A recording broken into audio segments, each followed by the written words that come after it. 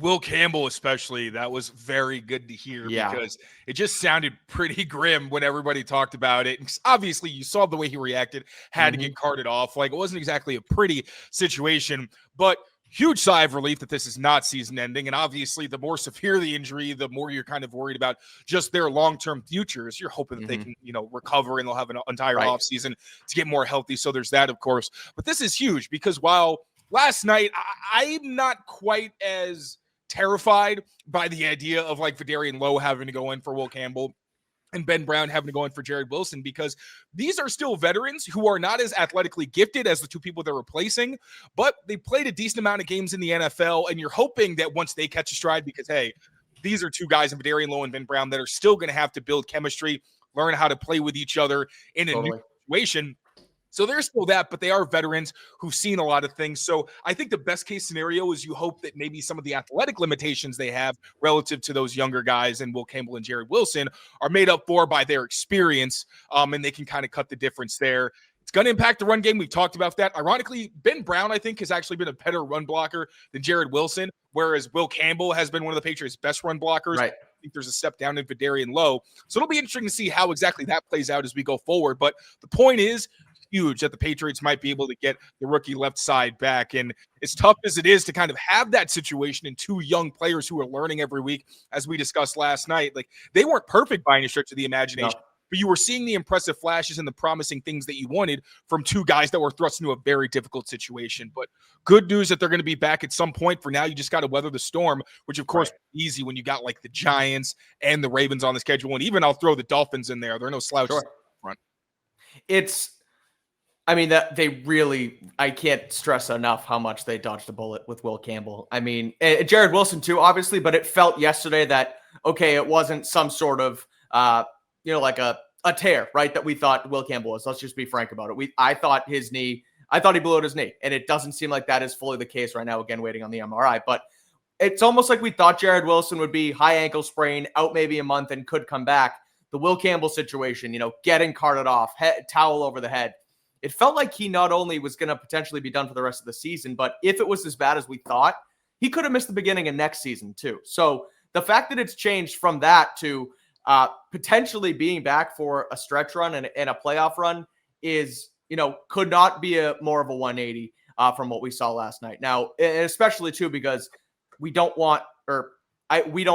think Vidarian Lowe is a good enough player to take them to where they want to go throughout the end of the season. Now, he is a decent spot starter, can, like you said, potentially help them weather the storm over the next couple weeks to the month. But man, if they can get to the postseason once, even if, say they get the 1 seed, right? Then that gives them an extra week to maybe get healthier and go from there. And same with Milton Williams as well. So they're in a good spot here with these injuries. That's unfortunate, but everybody, as we know, the injury rate in the NFL is 100%, as Mike Vrabel likes to say. So, no one feels bad for you. You got to figure that shit out. Exactly right. So, it's unfortunate that they're dealing with it at this point. Having the late bye week could maybe have hurt them a little bit here, but it gives them a chance to get healthy now.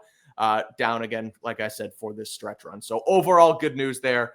I would say compared to last night, anyway. Will Campbell looking like an MCL sprain, waiting on an MRI, and Jared Wilson suffering a high ankle sprain with a prognosis of 4 to 6 weeks, though apparently the hope from the Patriots is that is on the shorter side. So before we move on, it was asked during the press conference, Mike Vrabel, whether it was going to be Vidarian Lowe or Marcus Bryant playing at that left tackle spot, which actually is a fair question because Marcus Bryant played left tackle in college. So that's really where he's more acclimated.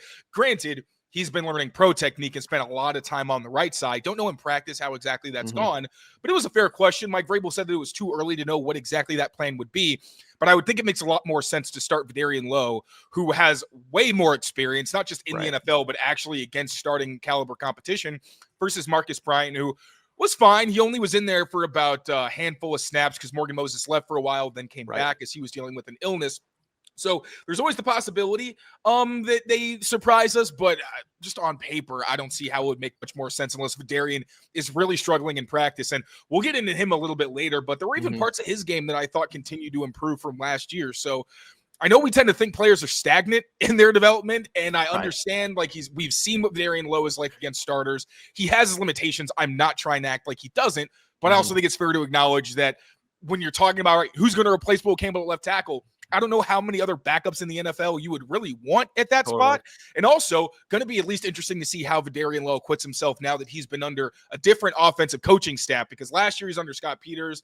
He's been in different situations. So maybe he took another step in his growth now that he's been working under Doug Marrone. And just for that reason, again, I think it makes more sense for him to start for Will Campbell than it does for Marcus Bryant outside of some emergency situation. Well, I think I'm with you there too now, because, and I floated it a couple times last night on the show, given, I guess, like you said, the limitations of Lowe and the more of the unknown with Bryant. But like we said, we saw Morgan Moses go out last week. So say they do put Marcus Bryant on the left side, get him equated there, and then Morgan Moses goes down. You're not going to you might put Lowe on the right side, but you're much more comfortable with him on the left. So exactly. I knew you were going to do that, because you hate Darian Lowe, the right tackle. Darian Lowe, the right tackle, you're not a fan of. So to you by Prize Picks, it is officially the holiday season, the best time of year for sports. We have bowl games, basketball, playoff pushes, and it's all happening all at once. And while you and I are out here making decisions every single day, what gifts to buy, what to eat, which games to watch, there is one place where it feels good to be right, and that is on Prize Picks. They now have a new feature alert.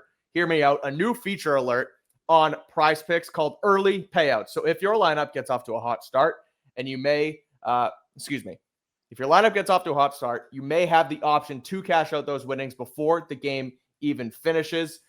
So you can take advantage of that. You pick a couple players early, a couple players late still in your lineup. If they're rolling, you'll have a cash out option now on Prize Picks. Super simple to play. Just pick more or less on at least 2 player stats. And if you get your picks right, you could cash in. So do not wait. Sign up today. Download the Prize Picks app. Use code CLNS, and you will get $50 in lineups after you play your first $5 lineup. Again, that is code CLNS.